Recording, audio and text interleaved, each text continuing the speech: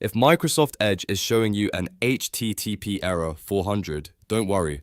This is usually something you can fix in just a few minutes. In this video, I'll walk you through 3 simple steps to help you get the page loading again. We'll check the website address, turn off all extensions, and clear your cookies and cache. If this helps, make sure to hit the like button and subscribe for more quick tech fixes. Let's get started. First, check the website address carefully. HTTP error 400 can sometimes happen because the URL is incorrect, incomplete, or has a small typing mistake. Look at the web address in the address bar and make sure it is spelled correctly. Double check for extra spaces, missing letters, or strange characters at the end of the link. If you copied the address from somewhere, try pasting it again or opening the site from a trusted source. Sometimes the issue is as simple as a bad link, and fixing the address can solve the problem right away. If the address looks correct and the page still won't load, the next step is to disable your browser extensions. Extensions can sometimes interfere with how websites load in Microsoft Edge. To do this, go to the 3-dot menu in the top right corner of Edge,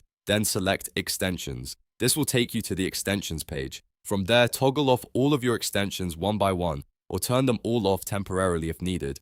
After that, go back to the website and try loading it again. If the page opens normally, then one of your extensions was likely causing the error. You can turn them back on one at a time later to find out which one is the problem. If you're still seeing the error, the final step is to clear your cookies and cache. This is one of the most effective ways to fix browser-related issues in Microsoft Edge. On your keyboard, press Ctrl, Shift, and Delete at the same time. This opens the Clear Browsing Data window.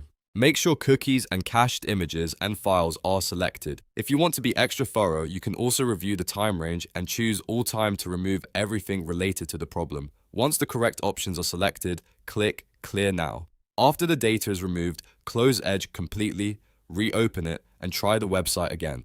In many cases, these 3 steps are enough to fix Microsoft Edge HTTP error 400. Start by checking the URL, then disable extensions, and finally clear the cookies and cache. If the error still appears after that, the issue may be on the website side rather than your browser. But most of the time, one of these fixes will get you back online quickly. If this tutorial helped, please give it a like and subscribe to the channel for more helpful Windows and browser troubleshooting videos. Thanks for watching, and I'll see you in the next one.